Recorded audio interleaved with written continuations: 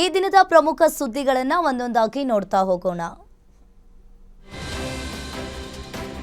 Bitcoin ಹಗರಣ ಪ್ರಕರಣದಲ್ಲಿ ಕಾಂಗ್ರೆಸ್ ಯುವ ಮುಖಂಡ ಮೊಹಮ್ಮದ್ ನಲ್ಪಾಡ್ ಮನೆ ಮೇಲೆ ದಾಳಿ ನಡೆಸಿದ್ದ ಜಾರಿ ನಿರ್ದೇಶನಾಲಯ ಸತತ 21 ಗಂಟೆಗಳ ಕಾಲ ಶೋಧ ಕಾರ್ಯವನ್ನ ನಡೆಸಿದೆ. ಇದೇ ವೇಳೆ ಹಾರ್ಡ್ ಡಿಸ್ಕ್, ವಿದೇಶಿ ವ್ಯವಹಾರದ ಬ್ಯಾಂಕ್ ದಾಖಲೆಗಳನ್ನು ವಶಕ್ಕೆ ಪಡೆದುಕೊಂಡಿದೆ.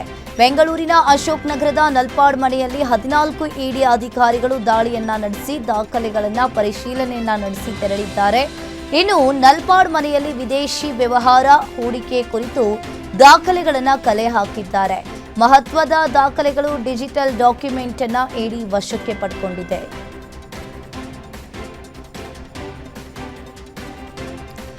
ಬಿಜೆಪಿಯವರ ಮೇಲೆ ಯಾಕೆ ಇಡಿ ರೇಡ್ ಆಗಲ್ವಾ? ಇಡಿಗೆ ದಾಳಿ ಮಾಡೋಕೆ ಕಾಂಗ್ರೆಸ್ನವರೇ ಸಿಗೋದಾ ಅಂತ ಸಚಿವ ಜಮೀರ್ ಅಹಮದ್ ಪ್ರಶ್ನೆ ಮಾಡಿದ್ದಾರೆ. ಬೆಂಗಳೂರಿನಲ್ಲಿ ಮಾತನಾಡಿದ ಅವರು, ನಾನು ಸೇರಿದಂತೆ ಕಾಂಗ್ರೆಸ್ನವರ ಮೇಲೆ ಇಡಿ ರೇಡ್ ಆಗಿತ್ತು. ಯಾವಾಗಾದ್ರೂ ಎಲ್ಲಾದ್ರೂ ಬಿಜೆಪಿ ನಾಯಕರ ಮೇಲೆ ರೇಡ್ ಆಗಿದೆಯಾ ತೋರಿಸಿ, ಬೇಕಂತಲೇ ಕಾಂಗ್ರೆಸ್ ಅವರನ್ನ ಟಾರ್ಗೆಟ್ ಮಾಡ್ತಾ ಇದ್ದಾರೆ. ಬಿಜೆಪಿ ಅವರು ಸತ್ಯ ಹರಿಶ್ಚಂದ್ರ ಅಂತ ಕಿಡಿಕಾರಿದ್ದಾರೆ. ರೇಡ್ ಆಗಿದೆಯಾ? ಬಿಜೆಪಿ ಮುಖಂಡರ ಮೇಲೆ ನಮ್ಮ ರಾಜ್ಯದಲ್ಲಿಲ್ಲ, ಇಡೀ ದೇಶದಲ್ಲಿ ಬರೀ ಕಾಂಗ್ರೆಸ್ ಅವರೇ ಸಿಕ್ಕದಾ? ಈಗ ನನ್ನ ಮನೆಯಲ್ಲೂ ರೇಡ್ ಆಗಿತ್ತು, ಭಾಳ ಜನ ಕಾಂಗ್ರೆಸ್ ಮುಖಂಡರಿಗೆಲ್ಲ ರೇಡ್ ಆಗಿದ್ದು. ನಿನ್ನೆ ಹಾರೀಸ್ ಅವ್ರಿಗೆ ರೇಡ್ ಆಗಿದ್ದಾರೆ. ಯಾವತ್ತನ ಬಿ ಜೆ ಪಿ ಅವ್ರ ಮುಖಂಡರ ಮೇಲೆ ರೇಡ್ ಆಗಿರೋ ತೋರಿಸಿ, ಒಂದು ಉದಾಹರಣೆ ತೋರಿಸಿ ನನಗೆ. ಒಂದು ಉದಾಹರಣೆ ನಾನು ಮಾಡಿದ ತಪ್ಪಂತ ಇಲ್ಲ, ಏನೋ ಒಂದು ಇದೆ ಮಾಡಿರ್ಬೋದು. ಆ ತನಿಖೆ ನಡೀತಾ ಇದೆ, ತನಿಖೆ ನಡೆದಾದ್ಮೇಲೆ ಸತ್ಯಾಂಶ ಆಚೆ ಬರ್ತದೆ.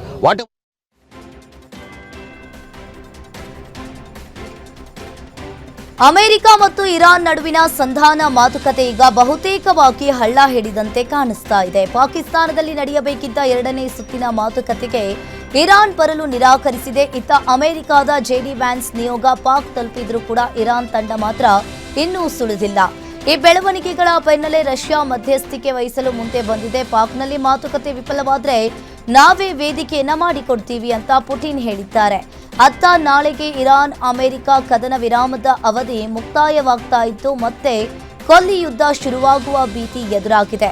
ಅಮೆರಿಕ ಅಧ್ಯಕ್ಷ ಡೊನಾಲ್ಡ್ ಟ್ರಂಪ್ ಯುದ್ಧದ ನೇರ ಸುಳಿವು ನೀಡಿದ್ದಾರೆ. ಇರಾನ್ ಮಾತುಕತೆಗೆ ಬರಬೇಕು, ಇಲ್ಲದಿದ್ರೆ ಯುದ್ಧ ನಿಶ್ಚಿತ ಅಂತ ಎಚ್ಚರಿಸಿದ್ದಾರೆ. ಇರಾನ್ ಯಾವುದೇ ಕಾರಣಕ್ಕೂ ಪರಮಾಣು ಅಸ್ತ್ರವನ್ನ ಹೊಂದಬಾರದು ಎಂಬುದು ಟ್ರಂಪ್ ಹಠ. ಇದಕ್ಕೆ ಸೆಡ್ಡು ಹೊಡೆದಿರುವ ಇರಾನ್ ಶರಣಾಗತಿ ಪ್ರಶ್ನೆಯೇ ಇಲ್ಲ ಅಂತ ಗುಡುಗಿದೆ. ಇನ್ನು ಪರಿಸ್ಥಿತಿ ಅತಿ ಕೆಟ್ಟದಾಗಿದ್ದು, ಹರ್ಮುಜ್ ಜಲಸಂಧಿಯಲ್ಲಿ ಇರಾನ್ ಹಡಗನ್ನ ಅಮೆರಿಕ ಪಡೆಗಳು ವಶಕ್ಕೆ ಪಡೆದುಕೊಂಡಿದ್ದಾವೆ.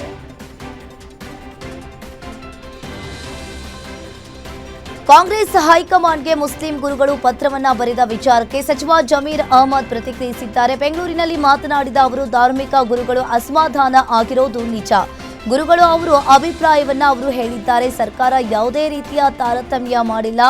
ನಜೀರ್ ಅಹಮದ್ ಮೋಸ್ಟ್ ಸೀನಿಯರ್ ಇದ್ದಾರೆ. ಪಕ್ಷ ವಿರೋಧಿ ಚಟುವಟಿಕೆ ಮಾಡಿದ್ರೆ ಕ್ರಮಕ್ಕೆ ಒಂದು ಪ್ರೊಸೀಜರ್ ಇದೆ. ಮೊದಲು ನೋಟಿಸ್ ಕೊಡಬೇಕಿತ್ತು, ನಂತರ ಕ್ರಮ ಕೈಗೊಳ್ಳಬೇಕಾಗಿತ್ತು ಅಂತ ಹೇಳಿದ್ದಾರೆ.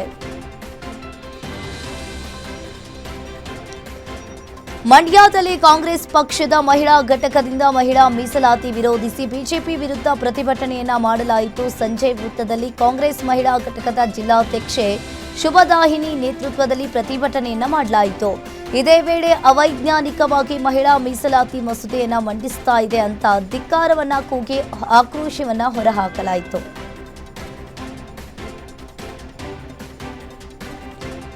ಸಕ್ಕರೆ ನಾಡು ಮಂಡ್ಯದಲ್ಲಿ ರೈತರು ರಣಕಹಳೆಯನ್ನ ಮೊಳಗಿಸಿದ್ದಾರೆ. ಕೇಂದ್ರ ಮತ್ತು ರಾಜ್ಯ ಸರ್ಕಾರಗಳ ರೈತ ವಿರೋಧಿ ನೀತಿಗಳ ವಿರುದ್ಧ ಅನ್ನದಾತರು ಬೀದಿಗಿಳಿದು ಆಕ್ರೋಶವನ್ನ ವ್ಯಕ್ತಪಡಿಸ್ತಾ ಇದ್ದಾರೆ.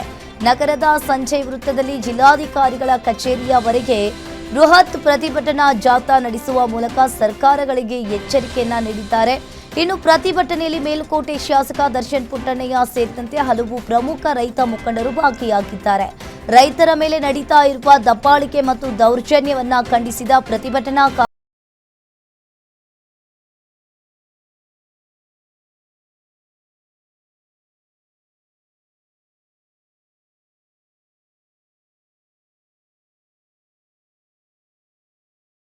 ಕುಂಟೆ ಪೊಲೀಸರಿಂದ ಪಾದಯಾತ್ರೆಗೆ ಅಡ್ಡಿಪಡಿಸಲಾಗಿತ್ತು.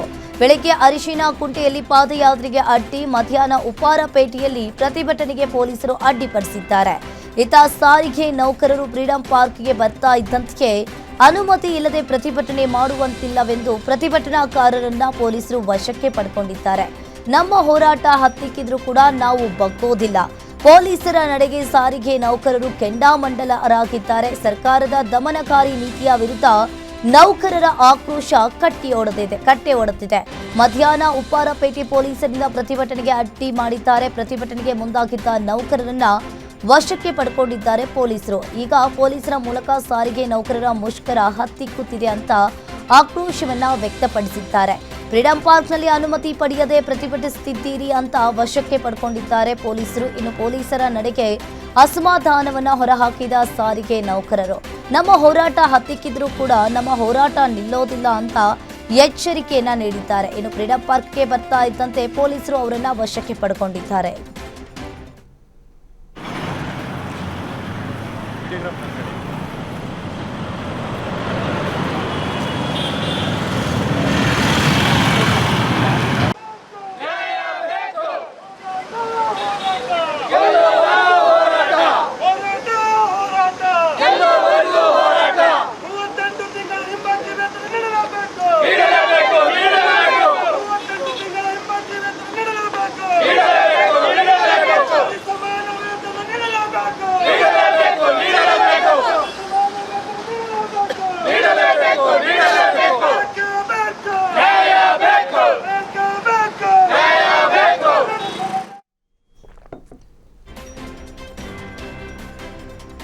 ಸೋಷಿಯಲ್ ಮೀಡಿಯಾದಲ್ಲಿ ಹರಿದಾಡಿದ್ದ ಝೋಂಬಿ ಡ್ರಗ್ಸ್ ವಿಡಿಯೋ ಈಗ ನಟ ದುನಿಯಾ ವಿಜಯ್ ಮತ್ತು ಮಾಜಿ ಐಪಿಎಸ್ ಅಧಿಕಾರಿ ಭಾಸ್ಕರ್ ರಾವ್ಗೆ ಹೊಸ ಸಂಕಷ್ಟ ತಂದೊಡ್ಡಿದೆ. ಡ್ರಗ್ಸ್ ಸೇವನೆ ಎಂದು ಹೇಳಲಾದ ವಿಡಿಯೋವನ್ನ ಇವರಿಬ್ಬರು ತಮ್ಮ ಸಾಮಾಜಿಕ ಜಾಲತಾಣದಲ್ಲಿ ಹಂಚಿಕೊಂಡಿದ್ರು. ಆದರೆ ಅದು ಸುಳ್ಳು ವಿಡಿಯೋ ಎಂದು ತಿಳಿತಾ ಇದ್ದಂತೆಯೇ ಡಿಲೀಟ್ ಮಾಡಿದ್ರು. ವಿಡಿಯೋ ಡಿಲೀಟ್ ಮಾಡಿದ್ರೂ ಸಹ ಇವರಿಬ್ಬರ ವಿರುದ್ಧ ಬಾಗಲೂರು ಪೊಲೀಸರು ತನಿಖೆಯನ್ನು ತೀವ್ರಗೊಳಿಸಿದ್ದಾರೆ. ಡಿಲೀಟ್ ಮಾಡಲಾದ ವಿಡಿಯೋವನ್ನ ಮರಳಿ ಪಡೆಯಲು ಪೊಲೀಸರು ಈಗ ಇನ್ಸ್ಟಾಗ್ರಾಮ್ ಸಂಸ್ಥೆಗೆ ಪತ್ರ ಬರೆದಿದ್ದಾರೆ. ವಿಡಿಯೋ ಸಿಕ್ಕಿದ ತಕ್ಷಣವೇ ಇಬ್ಬರಿಗೂ ಕೂಡ ನೋಟಿಸ್ ಅನ್ನ ನೀಡಿ ಸ್ಪಷ್ಟನೆಯನ್ನ ಕೇಳಲು ಪೊಲೀಸರು ನಿರ್ಧಾರವನ್ನ ಮಾಡಿದ್ದಾರೆ. ಸುಳ್ಳು ಸುದ್ದಿ ಹಬ್ಬಿಸಿದ ಆರೋಪದ ಮೇಲೆ ಈಗಾಗಲೇ ಈ ವಿಡಿಯೋ ಹಂಚಿಕೊಂಡಿದ್ದ 15 ಜನರಿಗೆ ಬಾಗಲೂರು ಪೊಲೀಸರು ನೋಟಿಸ್ ಅನ್ನ ನೀಡಿದ್ದಾರೆ. ಉದ್ಯೋಗ ಅರಸಿ ಸಿಲಿಕಾನ್ ಸಿಟಿಗೆ ಬಂದವನ ಬದುಕು ಬೀದಿಯಲ್ಲಿ ಅಂತ್ಯವಾಗಿದೆ. ಬೆಂಗಳೂರಿನ ಕುಂಬಳಗೋಡು ಬಳಿ ನಡೆದ ಈ ಘಟನೆ ಎದೆ ಜಲ್ ಎನ್ನುವಂತಿದೆ. ಲಾರಿಯ ಚಕ್ರಕ್ಕೆ ಸಿಲುಕಿ ಯುವಕನೊಬ್ಬ ಆತ್ಮಹತ್ಯೆ ಮಾಡಿಕೊಂಡಿದ್ದಾನೆ. ಮೃತ ಯುವಕ ಜಾರ್ಖಂಡ್ ಮೂಲದ ರಾಜು ಪಹರಿಯಾ. ಕೂಲಿ ಕೆಲಸಕ್ಕಾಗಿ ಕೇವಲ 2 ದಿನದ ಹಿಂದೆ ಬೆಂಗಳೂರಿಗೆ ಬಂದಿದ್ದ. ವೈಯಕ್ತಿಕ ಕಾರಣದಿಂದ ಮನನೊಂದು ಈ ನಿರ್ಧಾರವನ್ನ ಕೈಗೊಂಡಿರುವ ಶಂಕೆ ಇಲ್ಲಿ ವ್ಯಕ್ತವಾಗಿದೆ. ಸದ್ಯ ಕುಂಬಳಗೋಡು ಪೊಲೀಸ್ ಠಾಣೆಯಲ್ಲಿ ಈ ಪ್ರಕರಣ ದಾಖಲಾಗಿದೆ.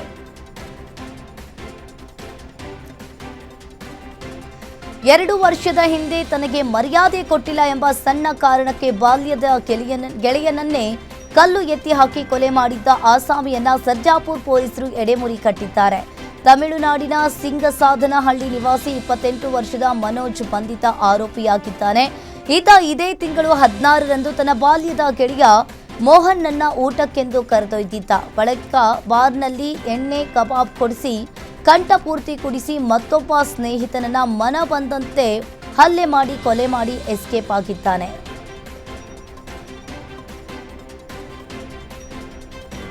ಬಾಗಲಕೋಟೆಯ ಕನ್ನೋಳಿ ಗ್ರಾಮದಲ್ಲಿ ನಡೆದ ಭೀಕರ ಕೊಲೆ ಪ್ರಕರಣಕ್ಕೆ ಈಗ ಬಿಗ್ ಟ್ವಿಸ್ಟ್ ಸಿಕ್ಕಿದೆ. ಹೊಸ ಕಾರಿನಲ್ಲಿ ಬೆಂಕಿಗಾಹುತಿಯಾದ ಸೋಮಲಿಂಗ ಪಡಸಲಗಿ ಸಾವಿನ ರಹಸ್ಯವನ್ನ ಎಸ್ಪಿ ಸಿದ್ಧಾರ್ಥ ಗೋಯಲ್ ಬಿಚ್ಚಿಟ್ಟಿದ್ದಾರೆ. ಈ ಕೊಲೆಗೆ ಅನೈತಿಕ ಸಂಬಂಧವೇ ಅಸಲಿ ಕಾರಣ ಎಂಬುದು ಪೊಲೀಸ್ ತನಿಖೆಯಲ್ಲಿ ಬಯಲಾಗಿದೆ.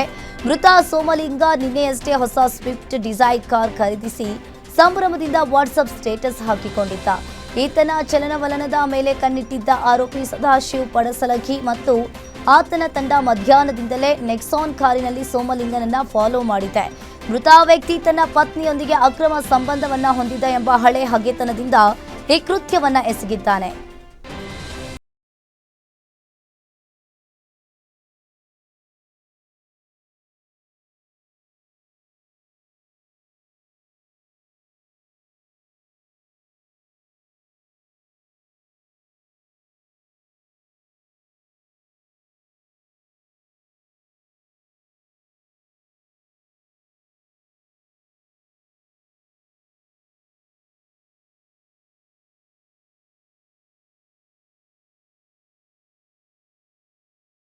ವಿಚಾರಣೆಯ ವೇಳೆ ಹಾಜರಾಗದೆ ಪರಾರಿಯಾಗಿದ್ದ ಪೊಲೀಸರು ನ್ಯಾಯಾಲಯದ ಆದೇಶದ ಮೇರೆಗೆ ಆರೋಪಿಯನ್ನ ಕಾರಾಗೃಹ ವಾಸಕ್ಕೆ ಕಳಿಸಲಾಗಿದೆ.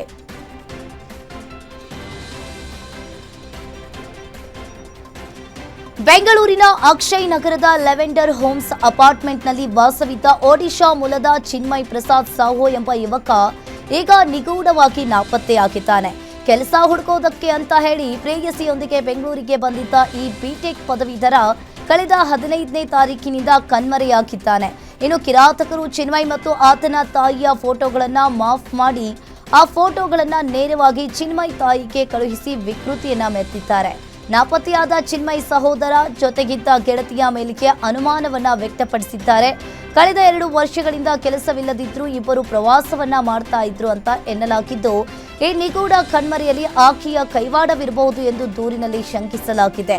ಸದ್ಯ ಹುಳಿಮಾವು ಠಾಣೆಯಲ್ಲಿ ದೂರು ದಾಖಲಾಗಿದ್ದು, ಪೊಲೀಸರು ಯುವತಿಯ ಮೊಬೈಲ್ ಕರೆಗಳ ಮಾಹಿತಿಯನ್ನ ಕಲೆ ಹಾಕ್ತಾ ಇದ್ದಾರೆ.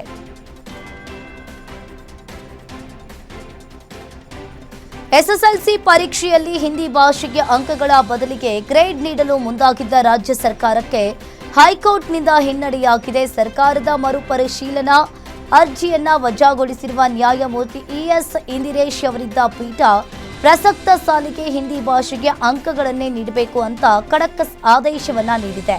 ಇನ್ನು ಸರ್ಕಾರದ ಪರ ಅಡ್ವೊಕೇಟ್ ಜನರಲ್ ಶಶಿಕಿರಣ್ ಶೆಟ್ಟಿ ಹಿಂದಿಯಲ್ಲಿ 1,00,000ಕ್ಕೂ ಹೆಚ್ಚು ವಿದ್ಯಾರ್ಥಿಗಳು ಫೇಲ್ ಆಗ್ತಾ ಇದ್ದಾರೆ, ಅವರ ಮೇಲಿನ ಒತ್ತಡ ಕಡಿಮೆ ಮಾಡಲು ಗ್ರೇಡ್ ಪದ್ಧತಿಯನ್ನು ತರ್ತಾ ಇದ್ದೇವೆ ಅಂತ ವಾದಿಸಿದ್ರು. ಈಗ ಇಲ್ಲಿ ಈ ವಾದವನ್ನ ತಳ್ಳಿ ಹಾಕಿದ ಕೋರ್ಟ್ ಅಧಿಸೂಚನೆಯಲ್ಲಿ ಇಲ್ಲದ ಬದಲಾವಣೆಗಳನ್ನ ಪರೀಕ್ಷೆ ಆರಂಭವಾದ ಮೇಲೆ ಜಾರಿಗೆ ತರಲು ಸಾಧ್ಯವಿಲ್ಲ ಅಂತ ಹೇಳಿದೆ. ಇನ್ನು ಎಲ್ಲರನ್ನೂ ಕೂಡ ಪಾಸ್ ಮಾಡಲೇಬೇಕು ಅಂತ ಎಂದಿದ್ರೆ ಪರೀಕ್ಷೆಯನ್ನ ರದ್ದು ಮಾಡಿ ಅಂತ ಕೋರ್ಟ್ ಸರ್ಕಾರಕ್ಕೆ ಚಾಟಿ ಬೀಸಿದೆ.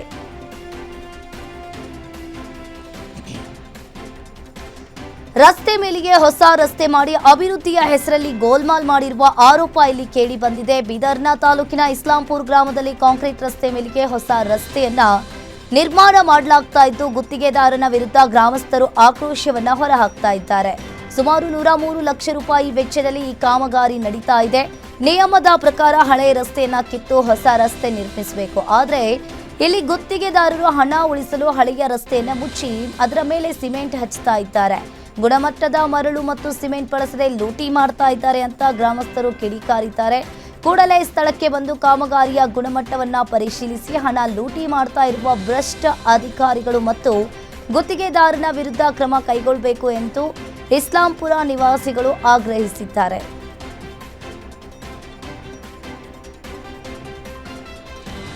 ರಾಜ್ಯ ರಾಜಕಾರಣದಲ್ಲಿ ಪದವೀಧರ ಮತ್ತು ಶಿಕ್ಷಕರ ಕ್ಷೇತ್ರದ ಚುನಾವಣೆ ಹೆಚ್ಚಾಗಿದೆ. ಮಿತ್ರ ಪಕ್ಷಗಳಾದ ಬಿಜೆಪಿ ಮತ್ತು ಜೆಡಿಎಸ್ ನಡುವೆ ಸೀಟು ಹಂಚಿಕೆಯ ಕಿಚ್ಚು ಮಾತ್ರ ಇನ್ನೂ ಆರಿಲ್ಲ. 4 ಕ್ಷೇತ್ರಗಳ ಪೈಕಿ 3ರಲ್ಲಿ ಬಿಜೆಪಿ ಈಗಾಗಲೇ ಅಭ್ಯರ್ಥಿಗಳನ್ನು ಘೋಷಣೆ ಮಾಡಿದೆ. ಆದರೆ ಆಗ್ನೇಯ ಪದವೀಧರ ಕ್ಷೇತ್ರದ ವಿಚಾರ ಈಗ ದೊಡ್ಡ ಕಗ್ಗಂಟಾಗಿ ಪರಿಣಮಿಸಿದೆ. ಇನ್ನು ಬೆಂಗಳೂರು ಶಿಕ್ಷಕರ ಕ್ಷೇತ್ರವನ್ನ ಜೆಡಿಎಸ್ಗೆ ಬಿಟ್ಟುಕೊಡಲು ಬಿಜೆಪಿ ಒಪ್ಪಿದೆ. ಆದರೆ ಕುಮಾರಸ್ವಾಮಿ ಅವರ ಕಣ್ಣು ಇರುವುದು ಆಗ್ನೇಯ ಪದವೀಧರ ಕ್ಷೇತ್ರದ ಮೇಲೆ. ಈ ಬಗ್ಗೆ ಈಗಾಗಲೇ ಕೇಂದ್ರ ಸಚಿವ ಎಚ್ಡಿಕೆ ಅಮಿತ್ ಶಾ ಅವರಿಗೆ ಮಾಹಿತಿಯನ್ನ ರವಾನಿಸಿದ್ದಾರೆ. ರಾಜ್ಯ ಬಿಜೆಪಿ ನಾಯಕರ ಏಕಪಕ್ಷೀಯ ನಿರ್ಧಾರದ ವಿರುದ್ಧ ಎಚ್ಡಿಕೆ ಮತ್ತು ನಿಖಿಲ್ ಅಸಮಾಧಾನಗೊಂಡಿದ್ದಾರೆ ಅಂತ ಹೇಳಲಾಗಿದೆ.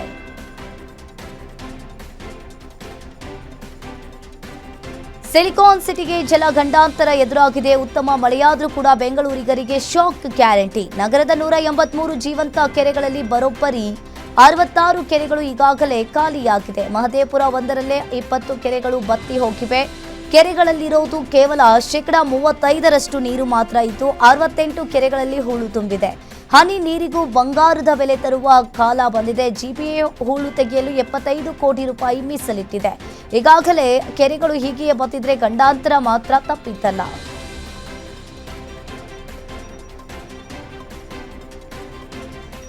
ಮೈಸೂರಿನಲ್ಲಿ ಕುಡಿಯುವ ನೀರಿಗಾಗಿ ಹಾಹಾಕಾರ ಶುರುವಾಗಿದೆ. ನೀರಿನ ಸಂಪರ್ಕವನ್ನ ಕಲ್ಪಿಸೋ ಪೈಪ್ಲೈನ್ ದುರಸ್ತಿ ಮಾಡಿಸದ ಹಿನ್ನೆಲೆಯಲ್ಲಿ ಹುಣಸೂರು ತಾಲೂಕಿನ ಸಿಂಗರಮಾರನ ಹಾಗೆ ಟ್ಯಾಂಕರ್ ಮೂಲಕ ಗ್ರಾಮಕ್ಕೆ ಕುಡಿಯುವ ನೀರಿನ ವ್ಯವಸ್ಥೆಯನ್ನ ಕಲ್ಪಿಸಲಾಗ್ತಾ ಇದೆ. ಶುದ್ಧ ಕುಡಿಯುವ ನೀರಿನ ಘಟಕವಿದ್ರೂ ಕೂಡ ನೀರಿನ ಪೂರೈಕೆಯಲ್ಲಿ ವ್ಯತ್ಯಯವಾಗ್ತಾ ಇದೆ.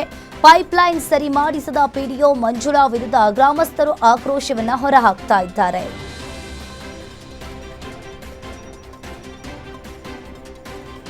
ರಾಯಚೂರಿನಲ್ಲಿ ದಿನೇ ದಿನೇ ಬಿಸಿಲು ಹೆಚ್ಚಾಗ್ತಾ ಇದ್ದು ಈಗ 42 ಡಿಗ್ರಿ ಸೆಲ್ಸಿಯಸ್ ಬಿಸಿಲು ದಾಖಲಾಗಿದೆ. ಬೆಳಗ್ಗೆ 10 ಗಂಟೆಯಿಂದ ಸಂಜೆ 6 ಗಂಟೆಯವರೆಗೂ ಬಿಸಿಲಿನ ತಾಪ ಹೆಚ್ಚಾಗ್ತಾ ಇದೆ. ಜನರಿಗೆ ಸಮಸ್ಯೆ ಆಗುವ ಮುನ್ನವೇ ಆರೋಗ್ಯ ಇಲಾಖೆ ಅಲರ್ಟ್ ಆಗಿದೆ. ರಿಮ್ಸ್ ಆಸ್ಪತ್ರೆಯಲ್ಲಿ ಹೀಟ್ ಸ್ಟ್ರೋಕ್ ವಾರ್ಡ್ ಮಾಡಿ 5 ಬೆಡ್ ಮತ್ತು ಆಕ್ಸಿಜನ್ ಹಾಗೂ ವೆಂಟಿಲೇಟರ್ ಸೌಲಭ್ಯದ ವಾರ್ಡ್ ನಿರ್ಮಾಣವನ್ನ ಮಾಡಲಾಗಿದೆ.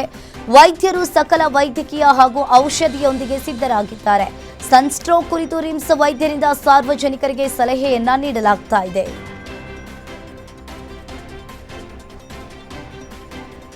ಬಾಗಲಕೋಟೆಯಲ್ಲಿ ಇಂದು ತಾಪಮಾನ 39 ಡಿಗ್ರಿ ಸೆಲ್ಸಿಯಸ್ ದಾಖಲಾಗಿದ್ದು, ಮುಂಬರುವ ದಿನಗಳಲ್ಲಿ ಇದು ಮತ್ತಷ್ಟು ಹೆಚ್ಚಾಗುವ ಸಾಧ್ಯತೆ ಇದೆ. ಈ ಹೀಟ್ ವೇವ್ ಅಲೆಗಳನ್ನು ಎದುರಿಸಲು ನವನಗರದಲ್ಲಿರುವ ಜಿಲ್ಲಾಸ್ಪತ್ರೆ ಈಗ ಸಂಪೂರ್ಣವಾಗಿ ಸಜ್ಜಾಗಿದೆ. ಈ ಬಗ್ಗೆ ಗ್ಯಾರಂಟಿ ನ್ಯೂಸ್ ಜೊತೆ ಮಾಹಿತಿ ಹಂಚಿಕೊಂಡಿರುವ ಆಸ್ಪತ್ರೆಯ ಆರ್ಎಂಒ ವೀರಪ್ಪ ಅವರು ಹೀಟ್ ಸ್ಟ್ರೋಕ್ಗೆ ಒಳಗಾಗುವ ರೋಗಿಗಳಿಗೆ ಐಸಿಯು ಕೊಠಡಿಗಳನ್ನು ಸಿದ್ಧಪಡಿಸಲಾಗಿದೆ ಅಂತ ಹೇಳಿದ್ದಾರೆ. ರೋಗಿಗಳ ಅನುಕೂಲಕ್ಕಾಗಿ ಆಸ್ಪತ್ರೆಯಾದ್ಯಂತ 70 ಎಸಿ ಹಾಗೂ 200ಕ್ಕೂ ಹೆಚ್ಚು ಫ್ಯಾನ್ಗಳನ್ನು ಅಳವಡಿಸಲಾಗಿದೆ.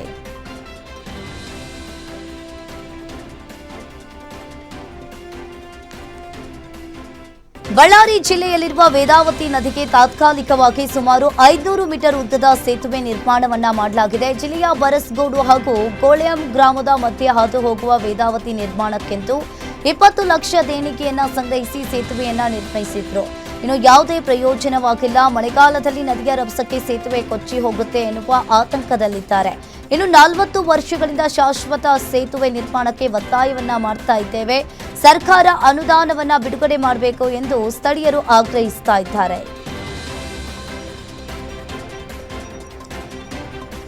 ವಿಜಯನಗರ ಜಿಲ್ಲೆಯ 159ಕ್ಕೂ ಹೆಚ್ಚು ಹಳ್ಳಿಗಳಲ್ಲಿ ಕುಡಿಯುವ ನೀರಿನ ಸಮಸ್ಯೆ ಶುರುವಾಗಿದೆ. ಕುಡಿಯುವ ನೀರಿಗೆ ಟ್ರಾಲಿಯಲ್ಲಿ ಬಿಂದಿಗೆ ಜನರು ನೀರು ತುಂಬಿಸಿಕೊಂಡು ಹೋಗುವ ಸ್ಥಿತಿ ನಿರ್ಮಾಣವಾಗಿದೆ.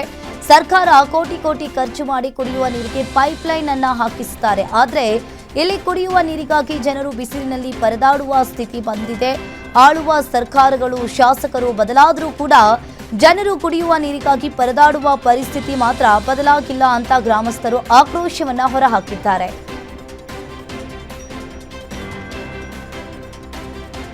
ಕಲಬುರಗಿಯಲ್ಲಿ ರಣ ಬಿಸಿಲು ಹಿನ್ನೆಲೆಯಲ್ಲಿ ಜಿಲ್ಲಾ ಪೊಲೀಸ್ ಇಲಾಖೆಯ ಶ್ವಾನದಳ ಘಟಕದಲ್ಲಿರುವ 5 ಶ್ವಾನಗಳಿಗೆ ಬಿಸಿಲಿನ ತಾಪ ತಟ್ಟದಂತೆ 3 ದೊಡ್ಡ ಏರ್ ಕೂಲರ್ಗಳನ್ನು ಅಳವಡಿಸಲಾಗಿದೆ. ಇನ್ನು ಈಗಾಗಲೇ ಡಿಆರ್ ಪೊಲೀಸ್ ಮೈದಾನದಲ್ಲಿರುವ ಈ ಶ್ವಾನಗಳಿಗೆ ಈಗ ಕೂಲರ್ ಮೂಲಕ ತಂಪಾದ ಗಾಳಿಯ ವ್ಯವಸ್ಥೆಯನ್ನ ಮಾಡಲಾಗಿದ್ದು, ಶ್ವಾನಗಳು ನಿರಾಳವಾಗಿವೆ. ಬರೀ ತಂಪಾದ ಗಾಳಿ ಅಷ್ಟೇ ಅಲ್ಲ, ದೇಹದ ಉಷ್ಣಾಂಶ ಸಮತೋಲನದಲ್ಲಿಡಲು ಶ್ವಾನಗಳಿಗೆ ಎಳನೀರನ್ನ ಸಹ ನೀಡಲಾಗ್ತಾ ಇದೆ. ಪೊಲೀಸ್ ಇಲಾಖೆಯ ಈ ಶಿಸ್ತಿನ ಸಿಪಾಯಿಗಳ ಆರೋಗ್ಯದ ಮೇಲೆ ಬಿಸಿಲು ಪರಿಣಾಮ ಬೀರದಂತೆ ಇಲಾಖೆಯ ಹಗಲಿರುಳು ಮುನ್ನೆಚ್ಚರಿಕೆಯನ್ನು ವಹಿಸಲಾಗಿದೆ.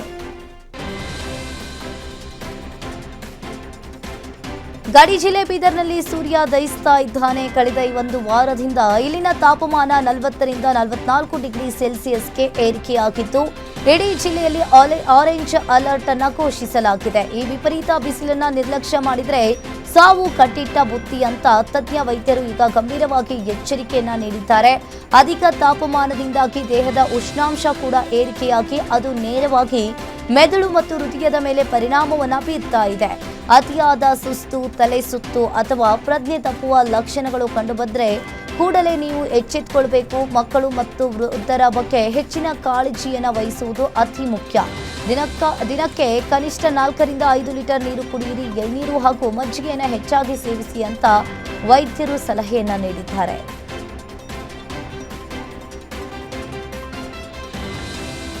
ಹಾಡ ಹಗಲೇ ಮನೆ ಬೀಗ ಒಡೆದು ಲಕ್ಷ ಬೆಲೆ ಬಾಳುವ ಚಿನ್ನ, ನಗದು ಕಳ್ಳತನ ಮಾಡಿರುವ ಘಟನೆ ದೊಡ್ಡಬಳ್ಳಾಪುರ ತಾಲೂಕಿನ ಎಸ್ ನಾಗೇನಹಳ್ಳಿ ಗ್ರಾಮದಲ್ಲಿ ನಡೆದಿದೆ. ಕಳ್ಳರು ಬರೋಬ್ಬರಿ 10 ಗ್ರಾಂ ಚಿನ್ನದ ಚೈನ್, ತಲಾ 15 ಗ್ರಾಂ ತೂಕದ ಬ್ರೇಸ್ಲೆಟ್ ಮತ್ತು ನೆಕ್ಲೆಸ್ ಅನ್ನ ಎಗರಿಸಿದ್ದಾರೆ. ಅಷ್ಟೇ ಅಲ್ಲದೆ 8 ಗ್ರಾಂ ಚಿನ್ನದ ಉಂಗುರ, 3 ಜೊತೆ ಬೆಳ್ಳಿ ಕಾಲು ಗೆಜ್ಜೆ ಹಾಗೂ ಮನೆಯಲ್ಲಿದ್ದ 1,30,000 ರೂಪಾಯಿ ನಗದನ್ನ ದೋಚಿಕೊಂಡು ಪರಾರಿಯಾಗಿದ್ದಾರೆ. ವಿಷಯ ತಿಳಿತಾ ಇದ್ದಂತೆಯೇ ಸ್ಥಳಕ್ಕೆ ದೊಡ್ಡಬಳ್ಳಾಪುರ ಗ್ರಾಮಾಂತರ ಪೊಲೀಸರು ಭೇಟಿ ನೀಡಿ ಪರಿಶೀಲನೆಯನ್ನು ನಡೆಸಿದ್ದಾರೆ. ನೆಲಮಂಗಲ ನಗರದಲ್ಲಿ ಬೈಕ್ ಕಳ್ಳರ ಹಾವಳಿ ಮಿತಿ ಮೀರಿದೆ. ಮಧ್ಯರಾತ್ರಿ ಯಾರೂ ಇಲ್ಲದ ವೇಳೆ ನಗರದ ವಿವರ್ಸ್ ಕಾಲೋನಿಗೆ ಎಂಟ್ರಿ ಕೊಟ್ಟ ಖದೀಮರು ಕ್ಷಣಾರ್ಧದಲ್ಲಿ ಬೈಕ್ ಅನ್ನ ಕದ್ದು ಎಸ್ಕೇಪ್ ಆಗಿದ್ದಾರೆ. ಕಳ್ಳರ ಕೈಚಳಕದ ದೃಶ್ಯಗಳು ಸಿಸಿಟಿವಿಯಲ್ಲಿ ಸೆರೆಯಾಗಿದೆ. ಚಂದನ್ ಎಂಬುವವರಿಗೆ ಸೇರಿದ ದುಬಾರಿ ಕೆಟಿಎಂ ಬೈಕ್ ಅನ್ನ ಕಳ್ಳರು ಹಂಚು ಹಾಕಿ ಎಗರಿಸಿದ್ದಾರೆ. ಘಟನೆಗೆ ಸಂಬಂಧಿಸಿದಂತೆ ನೆಲಮಂಗಲ ಟೌನ್ ಪೊಲೀಸ್ ಠಾಣೆಯಲ್ಲಿ ದೂರು ದಾಖಲಾಗಿದೆ. ಸಿಸಿಟಿವಿ ದೃಶ್ಯಾವಳಿಗಳನ್ನು ಆಧರಿಸಿ ಪೊಲೀಸರು ಕಳ್ಳರಿಗಾಗಿ ಜಾಲ ಬೀಸಿದ್ದಾರೆ.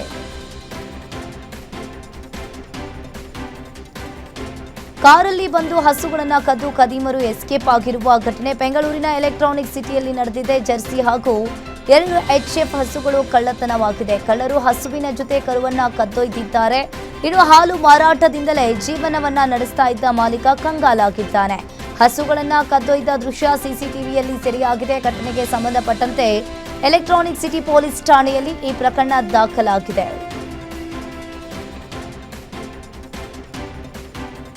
ಪದೇ ಪದೇ ಸ್ಲೀಪರ್ ಕೋಚ್ ಬಸ್ಗಳ ಅಪಘಾತ ಹಿನ್ನೆಲೆಯಲ್ಲಿ ದೇವನಹಳ್ಳಿ ಆರ್ಟಿಒ ಅಧಿಕಾರಿಗಳು ಕಾರ್ಯಾಚರಣೆಯನ್ನ ನಡೆಸಿ ಸ್ಲೀಪರ್ ಕೋಚ್ ಬಸ್ಗಳ ಪಾರ್ಟಿಷನ್ ಡೋರ್ಸ್ಗಳನ್ನು ತೆರವುಗೊಳಿಸಿದ್ದಾರೆ. ಹೈದರಾಬಾದ್ನಿಂದ ಬೆಂಗಳೂರಿಗೆ ಬರ್ತಾ ಇದ್ದ ಬಸ್ಗಳ ಡ್ರೈವರ್ ಮತ್ತು ಪ್ಯಾಸೆಂಜರ್ ನಡುವಿನ ಡೋರ್ ಅನ್ನು ತೆರವುಗೊಳಿಸಿದ್ದಾರೆ.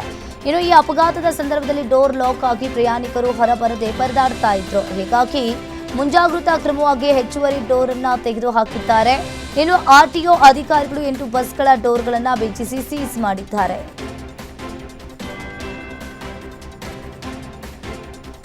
ಹಿರಿಯ ಪೊಲೀಸ್ ಅಧಿಕಾರಿಗಳ ಸಮ್ಮುಖದಲ್ಲಿ ಪೊಲೀಸ್ ಕಾನ್ಸ್ಟೇಬಲ್ ಸಚಿವರ ಕಾಲಿಗೆ ಬಿದ್ದಿರುವ ಘಟನೆ ಕಲಬುರಗಿಯ ಸೇಡಂ ಪಟ್ಟಣದಲ್ಲಿ ನಡೆದಿದೆ. ಸಚಿವ ಶರಣ್ ಪ್ರಕಾಶ್ ಪಾಟೀಲ್ ಜನ್ಮದಿನ ಹಿನ್ನೆಲೆಯಲ್ಲಿ ಪೊಲೀಸ್ ಸಿಬ್ಬಂದಿಯಿಂದ ಸಚಿವರಿಗೆ ಸನ್ಮಾನವನ್ನ ಮಾಡಲಾಯಿತು. ಇದೇ ಸಂದರ್ಭದಲ್ಲಿ ಸಚಿವ ಶರಣ್ ಪ್ರಕಾಶ್ ಪಾಟೀಲ್ ಕಾಲಿಗೆ ಬಿದ್ದು ಪೊಲೀಸ್ ಕಾನ್ಸ್ಟೇಬಲ್ ಆಶೀರ್ವಾದವನ್ನ ಪಡೆದಿರುವ ವಿಡಿಯೋ ಸೋಷಿಯಲ್ ಮೀಡಿಯಾದಲ್ಲಿ ಸಿಕ್ಕಾಪಟ್ಟೆ ವೈರಲ್ ಆಗ್ತಾ ಇತ್ತು. ಸಾರ್ವಜನಿಕ ವಲಯದಲ್ಲಿ ಸಚಿವರ ಕಾಲಿಗೆ ಬಿದ್ದಿದ್ದು ಎಷ್ಟು ಸರಿ ಅನ್ನೋ ಚರ್ಚೆ ನಡೀತಾ ಇದೆ.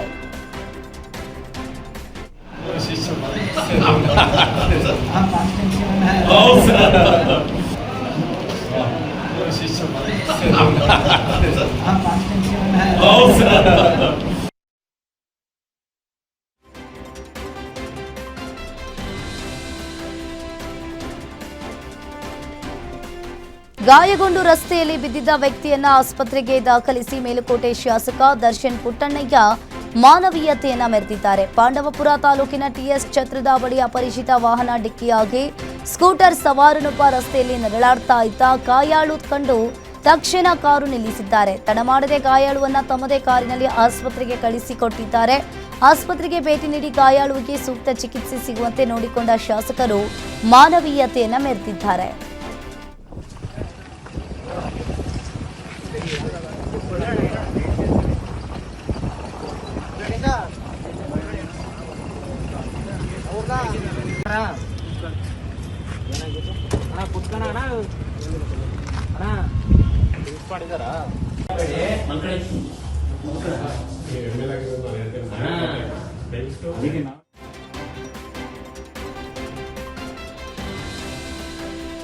ಕಾಫಿ ನಾಡಿನ ಮಲೆನಾಡು ಭಾಗದಲ್ಲಿ ವರುಣ ಅಬ್ಬರಿಸಿದ್ದಾನೆ. ಬಿರುಗಾಳಿ ಸಹಿತ ಸುರಿದ ಭಾರೀ ಆಲಿಕಲ್ಲು ಮಳೆಗೆ ಮಲೆನಾಡಿಗರು ಅಕ್ಷರಶಃ ನಲುಗಿ ಹೋಗಿದ್ದಾರೆ. ಕಳಸಾ ಮತ್ತು ಮೂಡಿಗೆರೆ ತಾಲೂಕಿನಾದ್ಯಂತ ಮಳೆ ಹೆಚ್ಚಾಗಿದೆ. ಕುದುರೆಮುಖ ಭಾಗದಲ್ಲಿ ಸುರಿದ ಭಾರೀ ಮಳೆಯಿಂದಾಗಿ ಟಿಬಿ ಸರ್ಕಲ್ ಬಳಿ ಬೃಹತ್ ಮರವೊಂದು ರಸ್ತೆಗೆ ಉರುಳಿ ಬಿದ್ದ ಪರಿಣಾಮವಾಗಿ ಗಂಟೆಗಟ್ಟಲೆ ಸಂಚಾರ ಸ್ಥಗಿತಗೊಂಡಿತ್ತು. ಇನ್ನು ಅಕಾಲಿಕ ಆಲಿಕಲ್ಲು ಮಳೆಯಿಂದಾಗಿ ಕಾಫಿ ಮತ್ತು ಅಡಿಕೆ ಬೆಳೆಗಾರರಲ್ಲಿ ಈಗ ಆತಂಕ ಹೆಚ್ಚಾಗಿದೆ.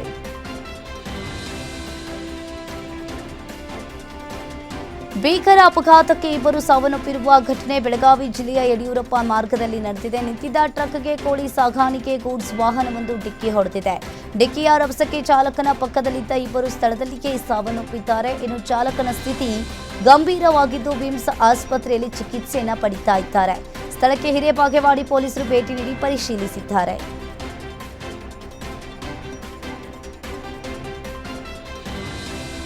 ಚಾಲಕನ ನಿಯಂತ್ರಣ ತಪ್ಪಿ ಕಾರೊಂದು ಹಳ್ಳಕ್ಕೆ ಪಲ್ಟಿಯಾದ ಘಟನೆ ಬಳ್ಳಾರಿ ಜಿಲ್ಲೆಯ ಅಂದ್ರಾಳ್ ಪ್ರದೇಶದ ಬಳಿ ನಡೆದಿದೆ. ಕಣೇಕಲ್ಲು ಬಸ್ ನಿಲ್ದಾಣದ ಕಡೆಯಿಂದ ಅಂದ್ರಳ್ ಕಡೆಗೆ ವೇಗವಾಗಿ ಇಲ್ಲಿ ಬರ್ತಾ ಇದ್ದ ವೇಳೆ ಅಪಘಾತ ಸಂಭವಿಸಿ ಹಳ್ಳಕ್ಕೆ ಬಿದ್ದಿದೆ.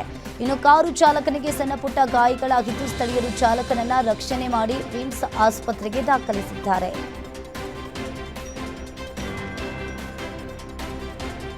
ಕೆಎಸ್ಆರ್ಟಿಸಿ ಬಸ್ ಒಂದು ನಿಯಂತ್ರಣ ತಪ್ಪಿ ಉರುಳಿ ಬಿದ್ದಿರುವ ಘಟನೆ ತುಮಕೂರು ಜಿಲ್ಲೆಯ ಎಂಎಚ್ ಪಟ್ಟಣದ ಬಳಿ ನಡೆದಿದೆ. ಗುಬ್ಬಿಯಿಂದ ತುಮಕೂರಿನ ಕಡೆಗೆ ಚಲಿಸ್ತಾ ಇತ್ತು.